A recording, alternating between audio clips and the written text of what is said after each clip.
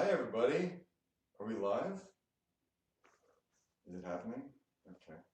It's not coming up on my feed, but maybe that's okay. Give it a minute.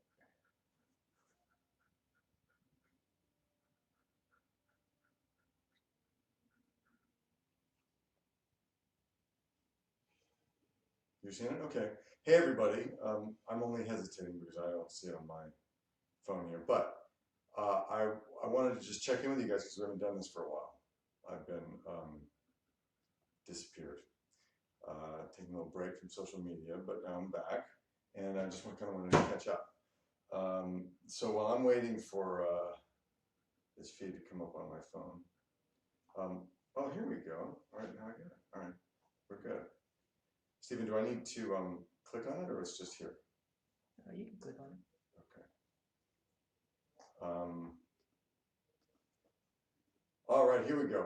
Sorry, I'm such an idiot as these things go. So I'm here actually with my friend Stephen, who's going to help me run this, and my granddog, Mika. Mika, come here, pup. Say hi to everybody. Come here. Yeah, this is Mika.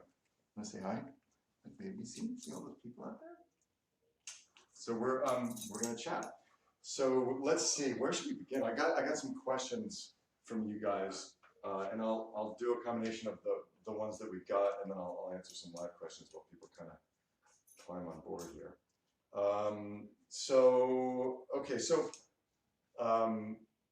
I'll just give you a little update. Let's see.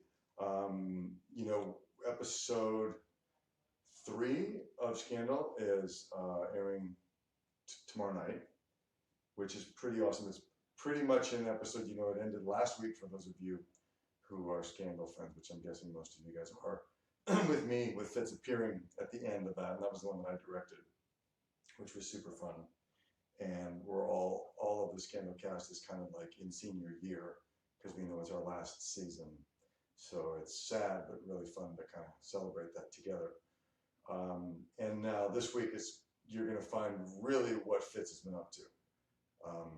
Where, you know, what happened to me, where I'm up in Vermont, you'll see what I'm doing, and you'll see how Marcus fits into that. And Fitz is going to, you'll find out Fitz has a lot to wrestle with. So tomorrow night's episode is really good. Scott directed it, Scott Foley, which was so much fun to do that with Scott and Cornelius. Really, you know, it was really the three of us for a couple of weeks filming that. So let me see, Anna asked me a question. What's one thing you always wanted to do but never had the time for? One of them is I've always wanted to go trekking in the Himalayas. When I was a kid, or not quite a kid, but a young adult, I had this fantasy of climbing Mount Everest, which I'm not remotely qualified or man enough to do, or woman enough to do, or however you want to put it. That's an intense thing, but I was fascinated with it, and read lots of books about the Himalayas. There's a great one called The Snow Leopard by a writer named Peter Matheson, which is about this odyssey he took into the Himalayas, and it's always fascinated me. So I want to do that, and I will at some point. I won't climb Mount Everest, but I'll take a look at it. The next one was, is there a favorite Fitz line or a bit of dialogue that has stuck with you over the years that you can share with us? Is there a favorite line or dialogue? So much of it. I've had some good things. Of course, the one that jumps out at me now stupidly is something I said to Cyrus, and I don't remember the exact line, but it had something to do with presidential balls. Sorry. That one just stuck out. After Scandal, you're going to focus mainly on acting, directing, or producing. And Anna, a different Anna, asks this. Hopefully all of the above. I'm right now focused on directing and producing because it's a little soon. We still have several months left on Scandal, so I don't know what I'm going to do next as an actor. But so we're developing a pilot that I will not act in, that I'll direct for NBC. My partners, Richard and Cheryl, we have another original pilot that Richard wrote that we'll be hopefully selling soon and doing that. And we have a number of projects in development, mainly for television. We're developing a feature that I'm really super excited about. based on an absolutely wonderful book, which I recommend you read, called Find Me Unafraid. And it's a memoir about these two people, Kennedy Odede and Jessica Posner, who were a young couple. Kennedy grew up in the worst slum in Nairobi, Kenya, and started a community organization there that is just incredible. And his wife Jessica did a college semester abroad there 10 years ago and went into this place, and they had this insane adventure together and fell in love, and have since made this their life's work. It's really a good story. So we're doing that, but that is going to be long in the future because it takes a while to do them. But we've got a lot of stuff going on in directing a musical in the theater, which some of you guys know about because I mentioned it a little bit, Hal Joey, that Richard and I are doing, but that's, again, we're in the development process of that, and I will keep you updated on what's happening with that. Okay, Crystal asks, can you tell us more about my trip to Guatemala this weekend and the amazing work I do with AmeriCares? Okay, so AmeriCares, you hear me go on about it, or if you read my feed, you see AmeriCares is a humanitarian relief organization, and what they do, they're first responders in disaster. And then in tandem with that, they develop and maintain a long-term presence in communities to build out their healthcare infrastructure and make sure that they have what they need on an ongoing basis in terms of healthcare, because the belief is that with health comes prosperity and the ability to make a better life in every aspect. So what I do with AmeriCares is, I do what I'm doing now. I talk about it. And they're in Puerto Rico right now. They're the first ones on the ground bringing aid to Puerto Rico.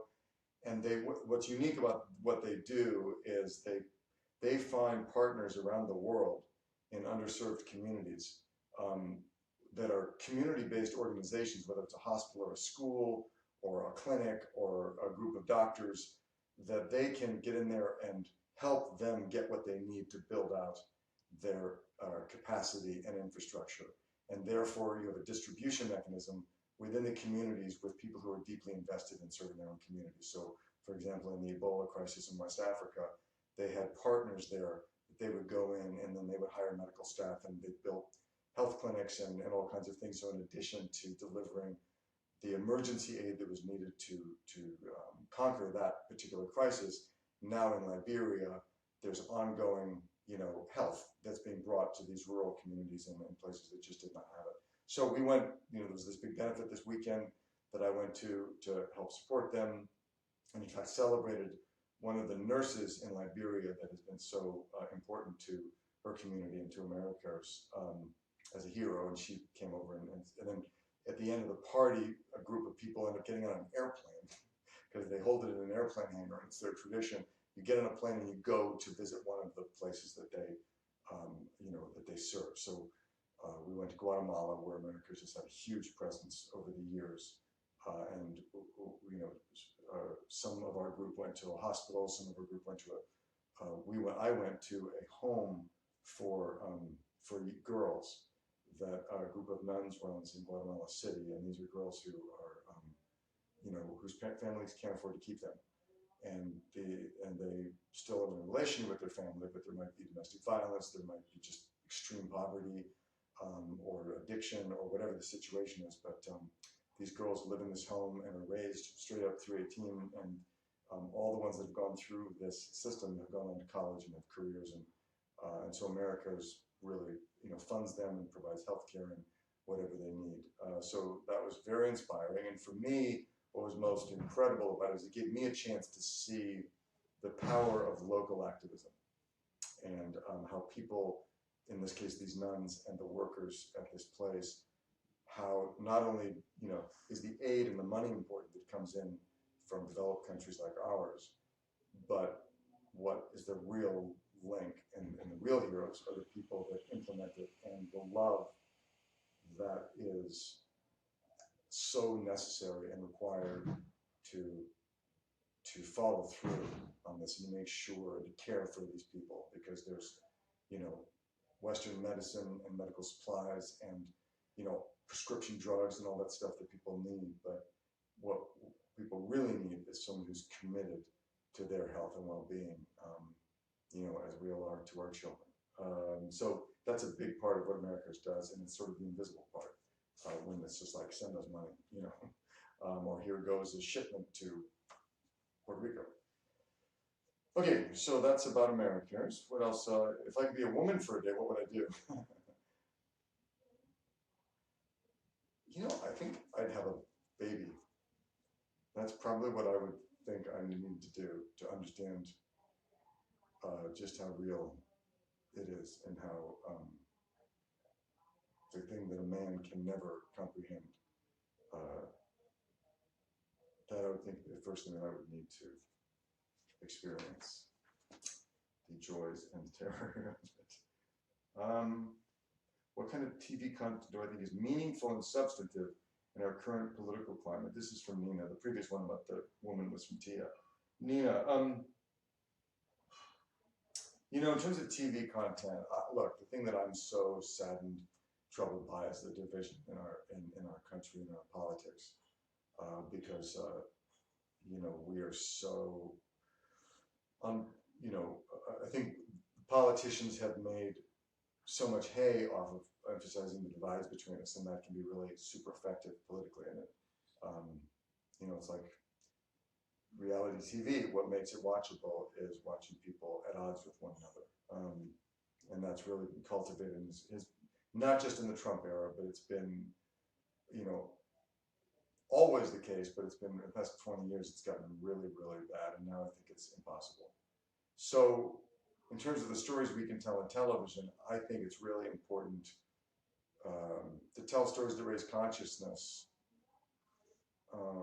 where we're forced to see each other's humanity and maybe the opposite side of the story and two different points of view, and to see, you know, without being sentimental about it, those common things that really unite us as human beings. You know, when you think about one of the things I heard this weekend, actually, on the Americas trip, was they were talking about one of the workers had come back from Puerto Rico, and they were on the ground. The second the storm subsided, they were in there delivering aid by hand.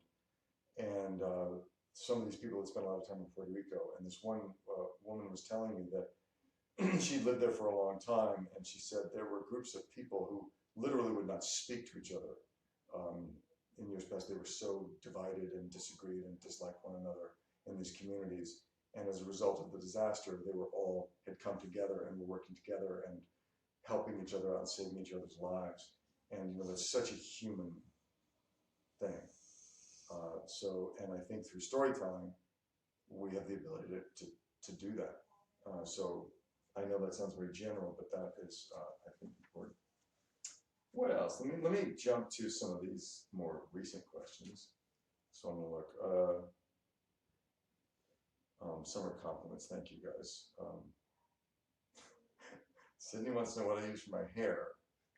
The world has been begging for this answer since the beginning of time. Really? We must know. So what I use for my hair is a product called, oh geez, I'm so bad at this stuff. Jesus.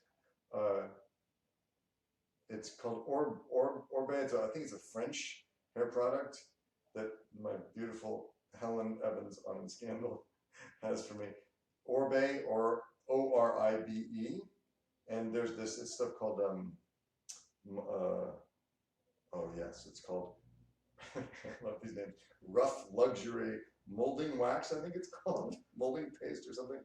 But it's not too greasy and it's not too, like, you know, it's pretty natural, but for people with unruly curly hair like mine, it's a godsend. Okay, enough of that, Sydney. All right, got some more here. Hi from New Orleans. Oh man, I love New Orleans. Am I excited for the Big Fits episode this Thursday? Yeah, I am. It's really different and interesting. And it was really fun to work with Cornelius because we got stuff together, but he really gets some great stuff in this episode and this season in general. So that was really fun. And again, to have Scott directing it, it was sort of like an extended boys' night. It was really, really fun. Am I still captain of the Olitz ship? I'll have to see about that. I want to be. Let's see. What else do we see? Steven, you see anything good here? Can you guys see Mika sleeping? She's very happy to be with you all. Aren't you, babe? Yeah.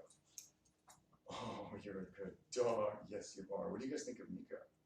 Isn't she cute? I wish you could feel her fur. It's really nice. You're a good girl. You're a good girl. Yeah, she likes to give kisses. All right. Let's see. Now, a lot of these. Oh, someone's saying, "Hey, Mika, look, someone's talking to you." Michelle wants to say hi to Mika. Oh, someone likes Olivia and Curtis. Sorry, Fitz. Yeah, Olivia and Curtis are good. Jay Hernandez is pretty hot, I have to admit. If I would write the very last scene of Scandal, what would it look like? I wouldn't dare, first of all, and nothing I could write will hold a candle to what Shonda and our writing crew would write. But I kind of feel like I would want it to be Olivia and Fitz, and I would like us to be together. I think that would be really satisfying. But knowing that both Fitz and Olivia are going to have to earn that, because they're both pretty deeply troubled souls, and I think my instinct is that Shonda will force us to like confront our darkest and most dysfunctional selves if there's any chance of coming together in a kind of healthy, non-sentimental way. We have to earn each other, to use Scandal's parlance. Let's see. Okay, a lot of just statements of wanting Olivia and Fitz and all that. So we sort of talked about that. When will I direct another episode? I don't think I'm going to direct Scandal again, unless someone drops out, and then Shonda might ask me to, which is like what happened last year with the finale.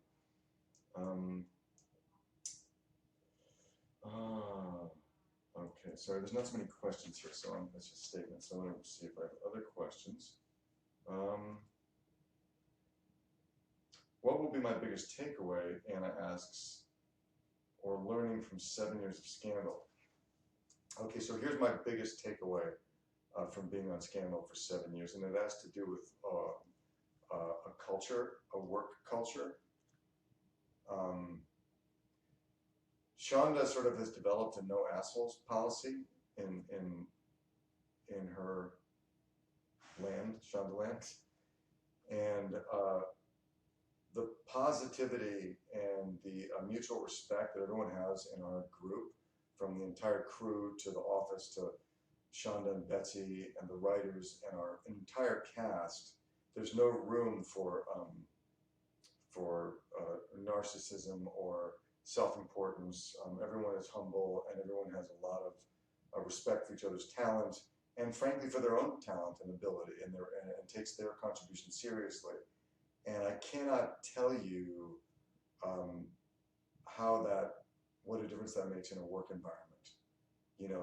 That there's never any room for someone to say it's all about me. Least of all, Kerry Washington, who could so easily do that because she's the star, and stars have a lot of leverage, and Kerry has, in tandem with Shonda, and I've said this before, civic culture there's no room for it, and she's the exemplar of it every day, and but everybody is, and so those of you who are in leadership positions or running a business or even a work environment,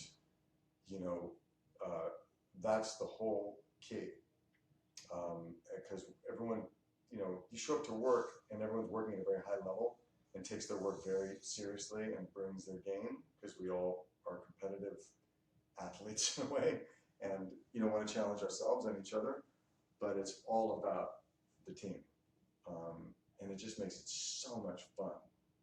And I've worked in many environments over the years where that wasn't the case, where you always were doing workarounds because of someone's complicated personality or their neurosis or their personal issues, and it's been amazing. I've learned a lot. What else? Someone's asking about a Scandal movie. A Scandal movie? Oh yeah? That'd be fun. I doubt that's going to happen, but You never know. Okay, let's see. At this stage of your life, Cam wants to know, have I achieved everything I've dreamed about? No! If I had, I'd need to just go end it or something. I honestly feel like I'm just getting started. Isn't that weird? In my 50s to feel that way, it's so awesome. But I hope I feel that way in my 80s too. I may not be able to get around as well, but I really do feel like I'm just getting going and have so much that I want to do, and I hope I feel that way right up until the lights go out.